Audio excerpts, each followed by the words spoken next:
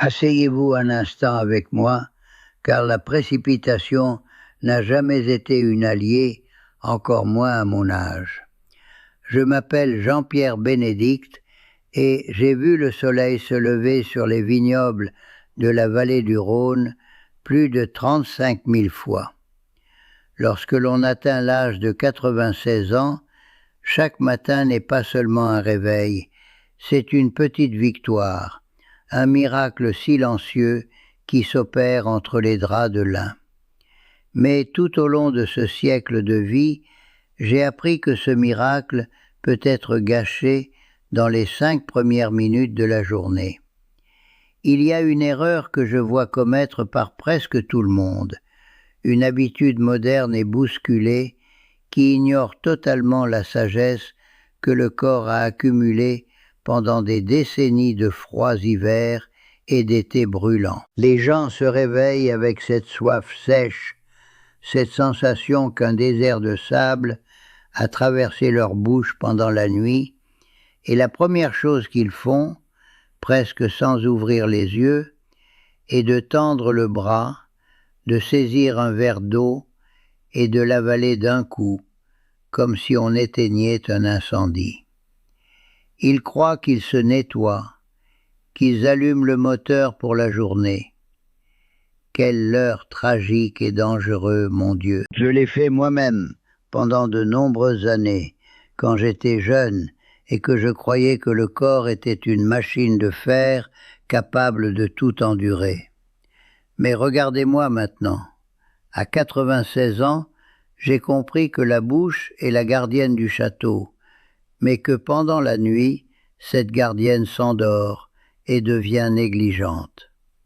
Pendant que nous nous reposons, ici dans notre belle France, l'air de la nuit peut être très sec et notre organisme tout entier ralentit pour économiser son énergie.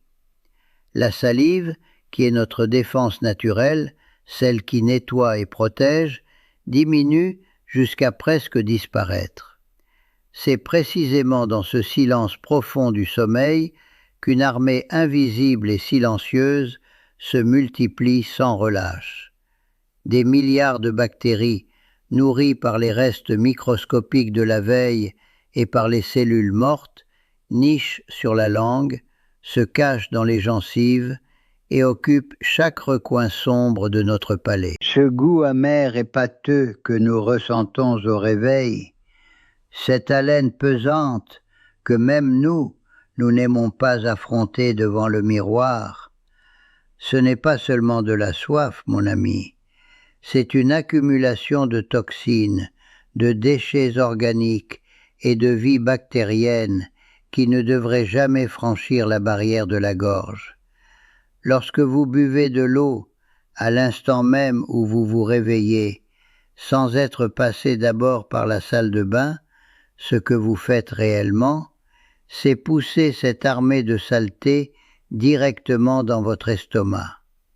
Vous lavez les toxines de toute une nuit vers un système digestif qui a passé des heures au repos absolu et qui n'est absolument pas préparé à une telle invasion.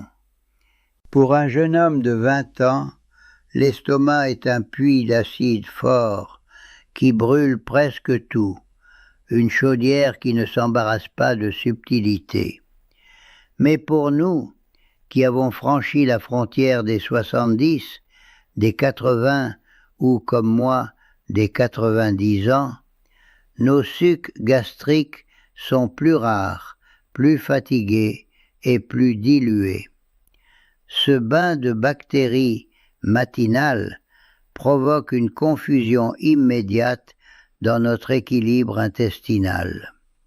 Cela commence par une légère nausée dont on ignore la provenance, un ballonnement gênant après le petit déjeuner, ou cette sensation que la tartine de beurre est restée sur l'estomac comme une pierre. Le coupable n'était pas la nourriture, c'était cette première gorgée impensée qui a transporté la souillure de la nuit dans le sanctuaire de votre corps. J'ai appris que la vie exige un ordre, une étiquette de l'âme.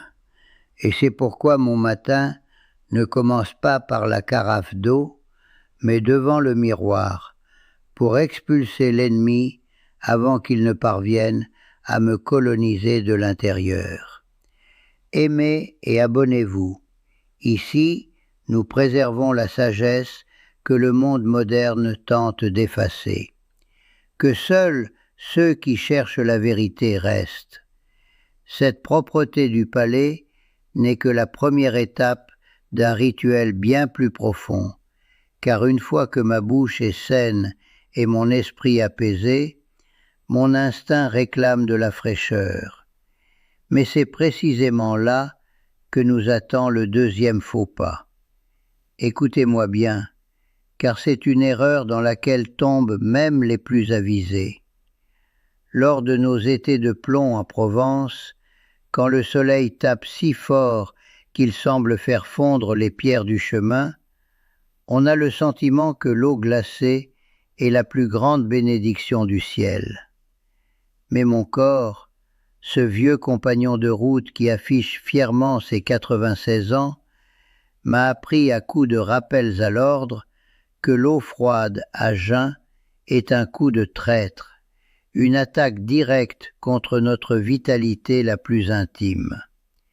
Imaginez un instant que vous teniez entre vos mains un verre de ce cristal de baccarat si fin, une pièce noble qui est restée exposée à la chaleur du soleil pendant des heures derrière la vitre. Si tout à coup, sans prévenir, vous y versez une eau puisée au cœur d'un puits de glace, que croyez-vous qu'il arrive?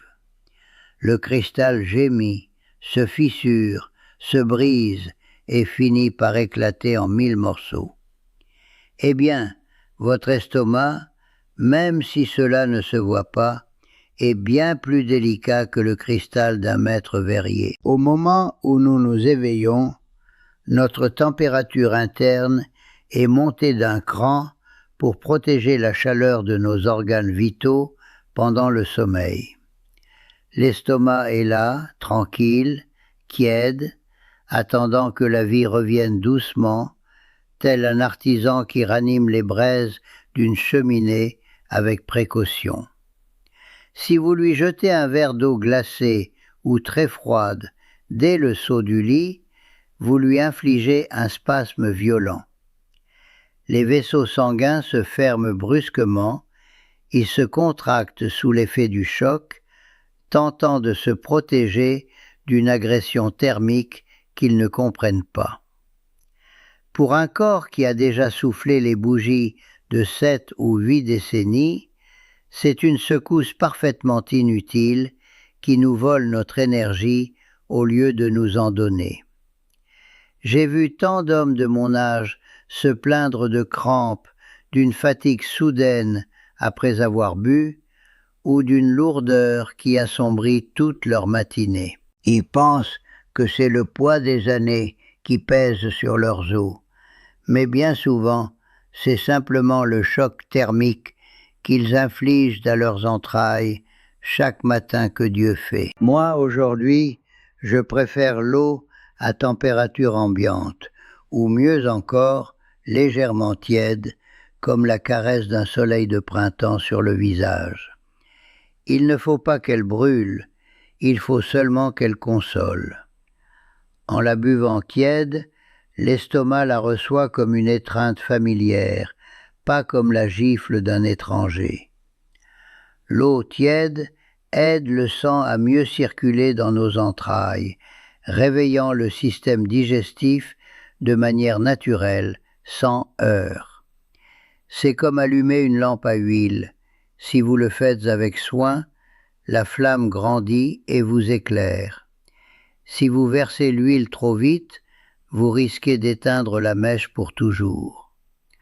On entend souvent les jeunes parler de « booster le métabolisme », comme ils disent à la radio, mais à mon âge, nous ne cherchons plus la vitesse, nous cherchons l'harmonie et le respect du rythme du sang. Il existe d'ailleurs un autre défaut qui naît de cette même hâte de vouloir tout vivre trop vite, Boire avec désespoir. Je regarde les garçons, et même certains qui ont déjà les cheveux blancs, avaler de l'eau comme s'ils éteignaient un incendie dans une grange. Ils boivent un grand verre en à peine 3 secondes.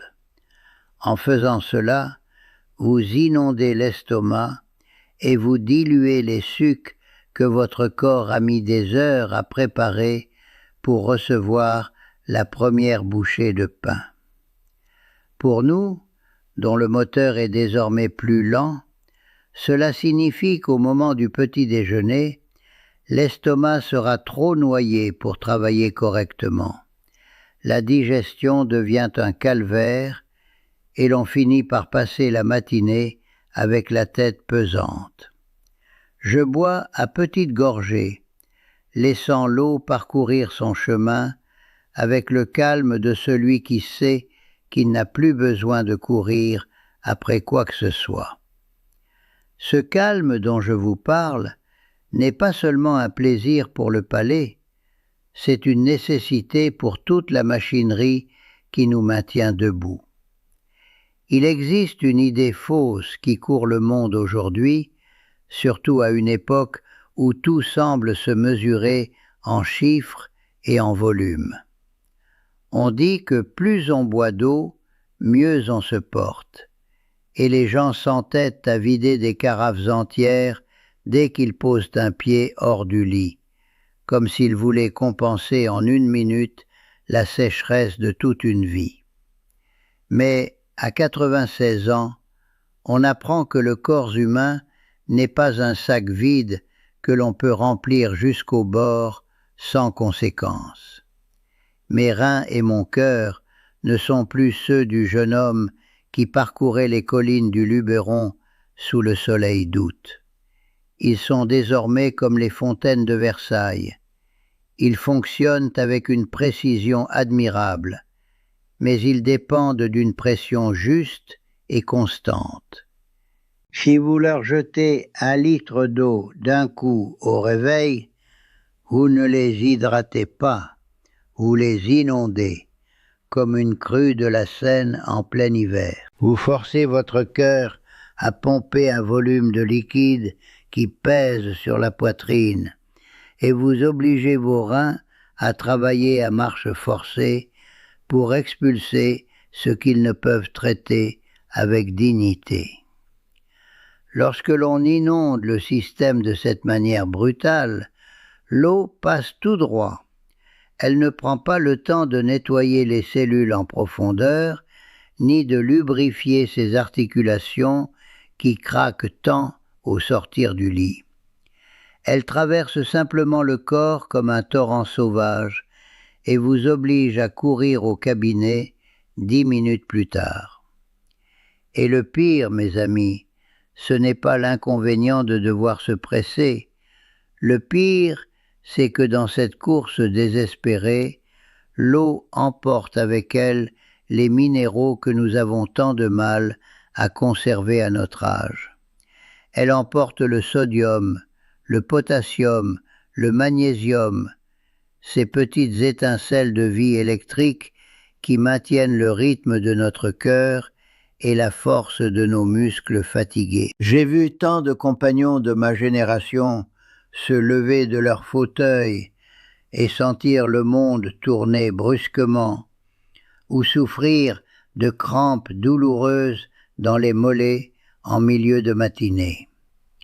Bien souvent, ce n'est pas qu'ils manquent d'eau, c'est qu'ils se sont lessivés de l'intérieur trop rapidement, laissant leur propre sang orphelin des sels essentiels qui nous maintiennent stables et lucides. Le secret d'une longue vie ne réside pas dans la quantité de ce que nous ingérons, mais dans le rythme avec lequel nous l'acceptons. C'est exactement comme les systèmes d'irrigation que nous utilisons pour nos jardins à la française. Si vous ouvrez les vannes d'un coup, la terre s'embourbe, les racines s'asphyxient et l'eau se perd inutilement dans les rigoles. Mais si vous laissez l'eau couler avec parcimonie, de manière constante. La terre la boit avec reconnaissance, se nourrit jusqu'aux racines les plus profondes et la garde pour les heures de chaleur. Je bois mon eau par petites étapes, en savourant chaque contact. Quelques gorgées pendant que je boutonne ma chemise, quelques autres pendant que je prépare le café dans la cuisine. Ainsi, je donne le temps à mon sang d'accepter le liquide sans que la pression ne monte soudainement, et je donne le temps à mes reins de filtrer avec la décence que mérite un organe qui travaille pour moi depuis près d'un siècle sans jamais demander de vacances. Ne cherchez pas le record du plus grand verre bu en un minimum de temps. Laissez cela à ceux qui ne connaissent pas la valeur d'une minute. Cherchez à ce que chaque gorgée soit un aliment pour votre esprit. Si, après avoir bu, vous ressentez une lourdeur ou un estomac gonflé, c'est que vous avez demandé à votre corps plus qu'il ne peut gérer. À ce stade de l'existence, la modération est la seule forme de respect qui nous permet de continuer à marcher d'un pas assuré sur le pavé. Pour conclure ce récit qui m'a permis de vous ouvrir mon cœur, je tiens à vous confier une chose que presque personne ne prend en compte dans ces temps modernes. Toute l'eau ne se vaut pas, quoi qu'on veuille nous vendre. Aujourd'hui, les gens vivent obsédés par la pureté absolue, par ces filtres de haute technologie qui promettent de tout retirer à l'eau, et ils finissent par boire un liquide qui, à mon sens, est mort. C'est une eau qui n'est qu'une formule chimique, sans âme, sans la trace de la terre et sans la vie dont mon corps a besoin pour continuer à se battre. À 96 ans, je sais pertinemment que l'eau dans la nature ne vient jamais seule. Elle apporte toujours avec elle l'essence des roches et les minéraux du chemin qu'elle a parcouru. Si vous buvez une eau trop traitée, cette eau entre dans votre corps comme un voleur silencieux. Comme elle n'a pas de minéraux propres, elle les dérobe à vos tissus, à vos os et à vos cellules pour pouvoir s'équilibrer elle-même. Et à notre âge, mes amis, perdre un soupçon de calcium ou de magnésium n'est pas une mince affaire. C'est la différence entre avoir des os qui nous soutiennent avec fierté ou des os qui se brisent comme les branches sèches d'un amandier en hiver. Ici, dans nos terroirs français, nous avons toujours su que l'eau a besoin de caractère. Je ne bois jamais l'eau vide, car je comprends que mon corps est un temple qui a déjà vu bien des batailles. Chaque matin, après l'avoir tiédi avec le soin que l'on donne à un nouveau-né, je lui rends un peu de cette vie que l'homme lui a retirée. Parfois, c'est une pincée minuscule de sel marin, de ce sel gris de Guérande qui garde le soleil et le parfum de l'Atlantique. Je ne le fais pas pour que l'eau ait un goût salé, grand Dieu non, mais pour lui redonner les électrolytes dont mes cellules ont besoin pour communiquer entre elles. D'autres fois, j'y ajoute quelques gouttes d'un citron fraîchement cueilli, peut-être l'un de ces citrons de Menton si réputés. Ce citron ne lui donne pas seulement une fraîcheur qui réjouit l'âme, il aide aussi l'estomac à s'éveiller avec l'acidité adéquate pour ce qui suivra. Ces petits détails, qui peuvent sembler des manies de vieillard, sont ceux qui transforment un acte mécanique en une véritable médecine naturelle. Si vous vous levez étourdi, avec les jambes flageolantes ou l'esprit embrumé, il se peut que ce ne soit pas l'eau qui vous manque, mais que l'eau que vous buvez vous vide de l'intérieur, vous volant la force qu'il vous reste. Regardez-moi, Bien des décennies ont passé depuis que j'étais un enfant, courant dans les champs de l'après-guerre. J'ai consacré toute mon existence à travailler la terre de mes mains, à prendre soin des miens et à accomplir ce que la vie a mis sur mon chemin. Mais à présent, à 96 ans, mon plus grand devoir est envers ce corps qui m'a servi de demeure et qui m'a porté sain et sauf jusqu'à cet instant. Le matin n'est pas un espace pour la hâte de ceux qui ne savent pas où ils vont, ni pour les négligences de ceux qui croient que vivre est un dû. C'est un moment d'absolue révérence. Avant de boire ce premier verre, réfléchissez à ce que vous faites. Brossez votre bouche pour ôter les ombres de la nuit, quiédissez votre eau pour ne pas effrayer votre cœur, buvez lentement comme on déguste un grand cru, et assurez-vous que ce liquide porte la force des minéraux de la terre. Faites-en l'essai dès demain, je vous en prie. Ne me croyez pas seulement pour mes cheveux blancs, croyez-moi parce que je l'ai éprouvé dans ma propre chair.